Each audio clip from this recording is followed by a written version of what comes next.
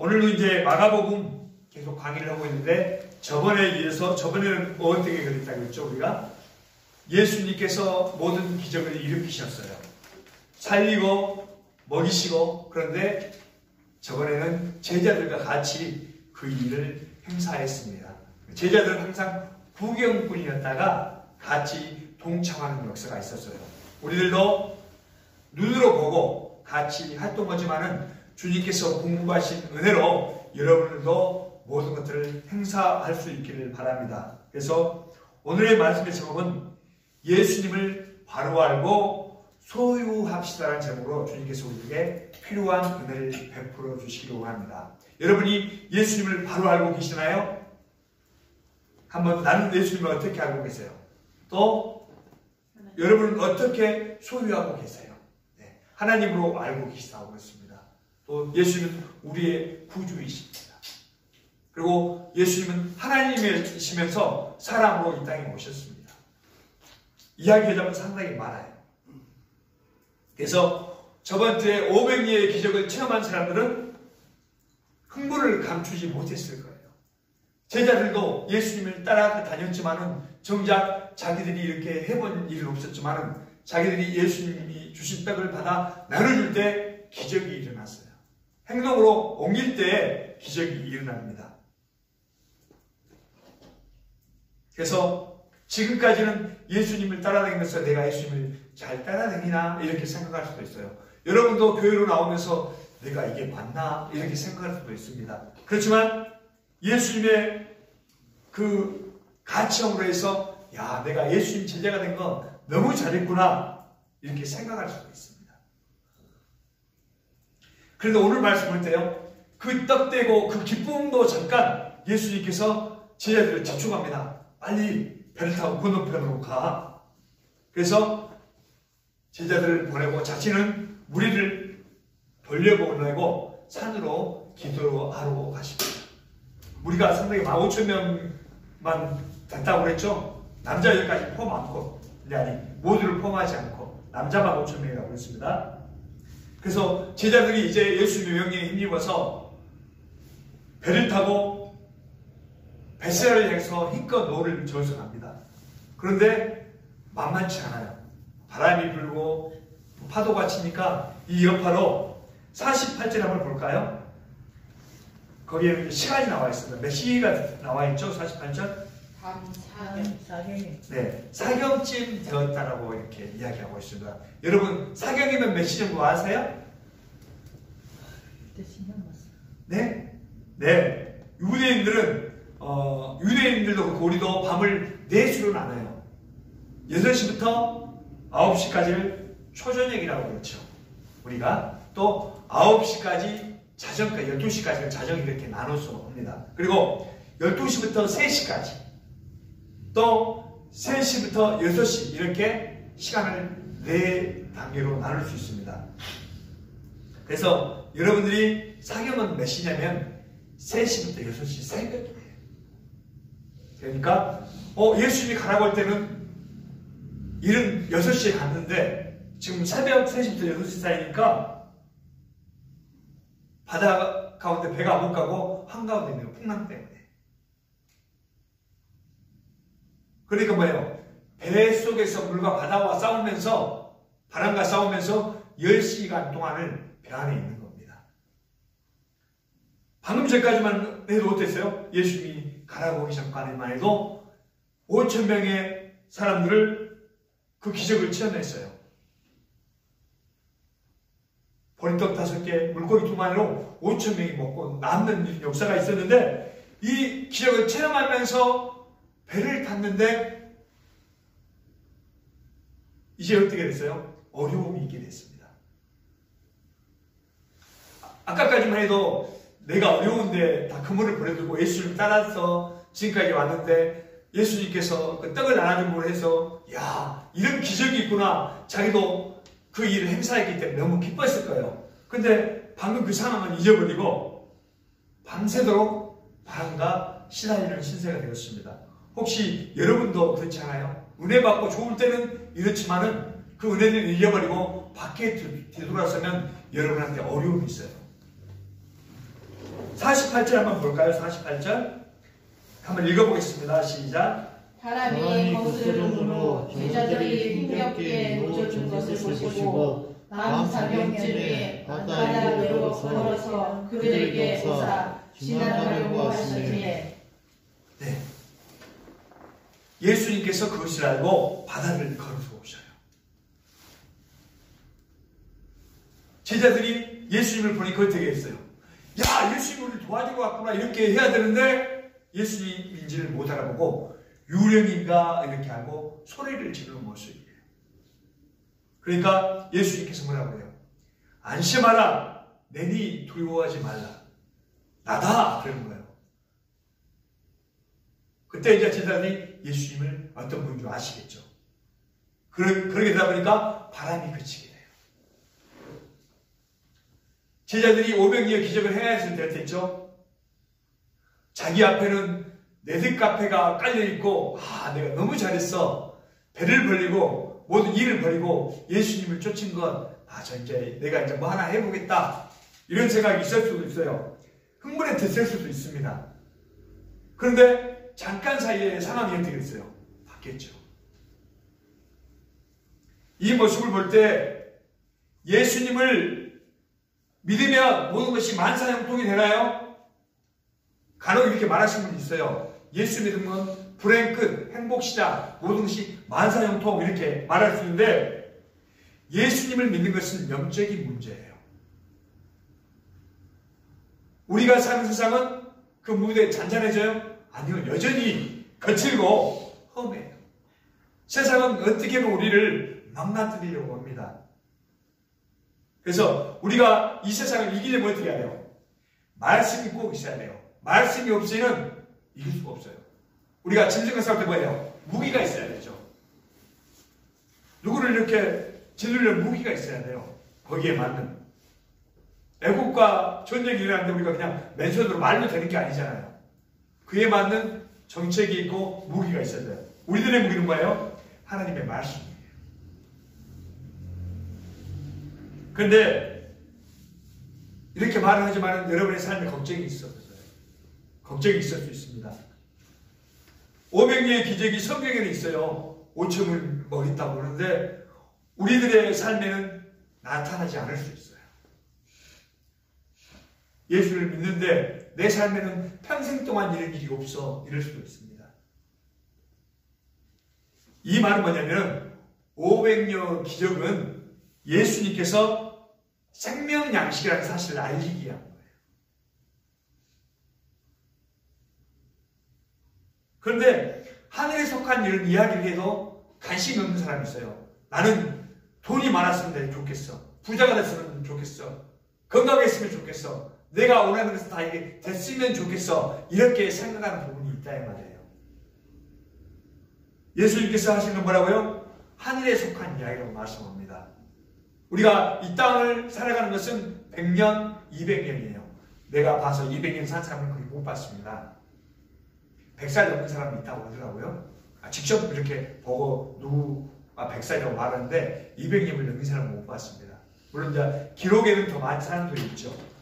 그리고 진시황은 그 불로초를 찾아서 자기가 오래 살고 싶어서 찾았어도 그렇게 오래 살지 못했습니다. 성경을 읽고 예수님을 아시는 분이라면 예수님이 어땠어요? 무리도 걸었죠. 또 많은 이적을 행했어요. 5,000명도 먹였고 죽은 사람도 살렸고 병든 자를 낫게 했습니다. 이거 다 아시죠? 네. 그러나 그것보다는 내 발 앞에 떨어진 불이 급한 거예요. 그래서 현실에 직면한 문제를 해결받고 싶어 해요. 남이 아무리 어려웠던 보릿고기 이야기하고 전쟁이 어떻게 해도 내가 일어난 일이 큰 일이에요. 여러분 예수님 믿어서 여러분 병이 치유되길 원하십니까? 아멘. 또 장사해서 대박나길 원하십니까? 아멘. 경제적인 문제가 해결되길 원하십니까? 자녀가 원하는 대학에 가는 게 좋나요? 내가 공부 잘해서 1등하는 게 좋나요? 시중에서 좋은 일하는 게 좋나요? 그러나 신앙은 그걸 따지는 게 아니에요. 우리의 마음은 그럴지라도 신앙은 그걸 따지는 게 아닙니다. 예수님을 잘 믿으면 세상에서 받는 특혜를 받지 못할 수 있어요. 손가락 장할 수 있어요. 그러면 예수님을 왜 믿습니까? 생명이시. 네, 감사합니다. 생명이시기에 믿고 우리는 영적으로 공급받는 은혜가 있기 때문에 믿는 거예요. 그거이 더 크기 때문에. 그래서 내가 돈이 없고 어떤 어려움이 있어도 주님께서 공급하신 은혜가 있기 때문에 그것을 능히 이길 수 있어요. 예전에 고통이 있고 전쟁이 있고 죽음이 있을 때 다 그걸 바라보며 승리했습니다. 그런데 예수님의 제자들도 마찬가지였어요. 예수님을 따라다니면서 그걸 몰랐어요. 예수님의 제자들이 옆에서 보니까 나는 예수님 잘 믿을 거야 이렇게 생각할 줄 모르지만 누가 죽었다 살아온다 해도 믿지 못할 수가 있어요. 나는 그거 보고 믿을 거야 이렇게 말하지만 그렇지 않아요. 믿음은 하나님께서 주셔야 돼요. 제자들은 예수님을 따라다니면서 그것을 몰랐어요. 51절 한번 읽어볼까요? 51절. 배에 올라 그들에게 가시니 바람이 그치는지라 제자들이 마음에 심히 놀라니. 네, 예수님께서 배에 올라가니까 뭐가 어떻게 됐어요? 예수님께서 가시니까 바람이 그쳤더라고요.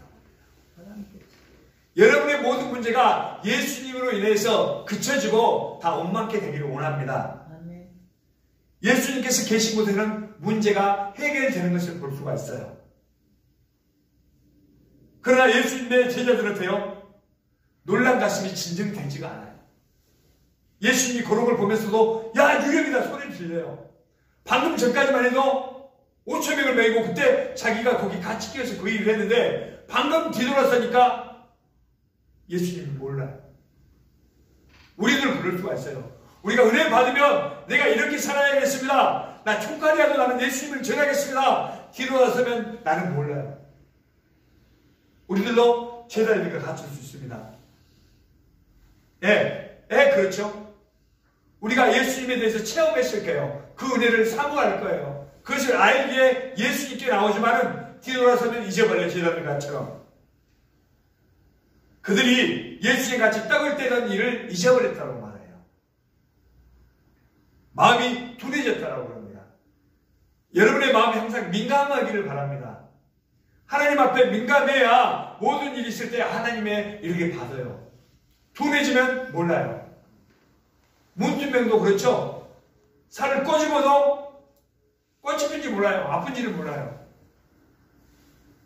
여러분의 죄가 오면은 그게 잘못됐구나 이렇게 해야 되는데 죄가 안 오면 하느님 아니지 내일 하지 뭐 이런 식으로 둔해지면 안 돼요.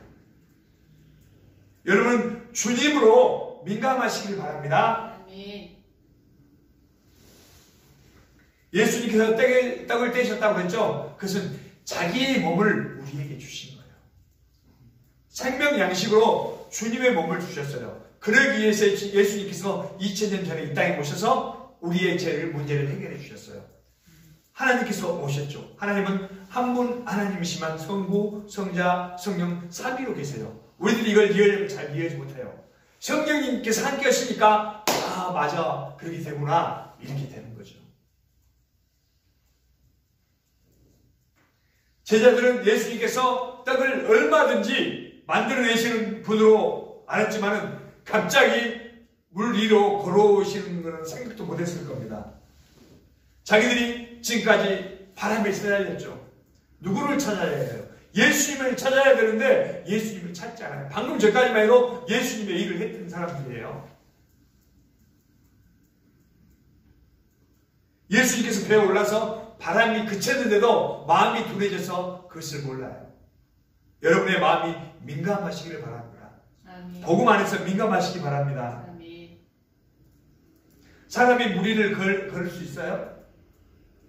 사람이 무리를 걸을 수 있는 사람 내가 못 봤습니다. 뭔 소리를 못 들어봤어요. 이렇게 말하면 뭘 내고 이렇게 걷죠? 그 말을 하는 게 아니에요. 자연도 예수님을 거스리죠. 그래서 자연 질서에 종속되시는 분이 아니라는 겁니다. 이렇게 진행이 되어가는 중에 뭐라고 해서 성경은 게네사렛 땅에 이르렀다고 말합니다. 게네사렛 땅에. 그리고 거기 있는 사람들은 예수님의 소문을 들었나 봐요. 예수님의 소문을 듣고 사방에서 병든 자나 침상을 가지고 예수님께 메고 오는 거예요. 그 소식을 들었기 때문에. 그래서 예수님께서 들어가는 마을 또 도시는 병자를 시장해 줍니다. 시장이 뭐예요? 장사하는 곳이죠. 사람의 왕래가 많아요. 예수님이 거기다가 딱 두고 예수님의 옷자락에 손이라도 될까 이렇게 간구하면서 손을 대느냐면 다 낫게 됐다고 말하고 있어요. 이게 믿음일 수도 있지만 또 다른 것일 수도 있어요. 오늘 본문 45절에서 50절은 예수님께서 무리를 걷는 사건이 나오죠. 예수님께서 제자들에게 무리를 걸어서 오셔요.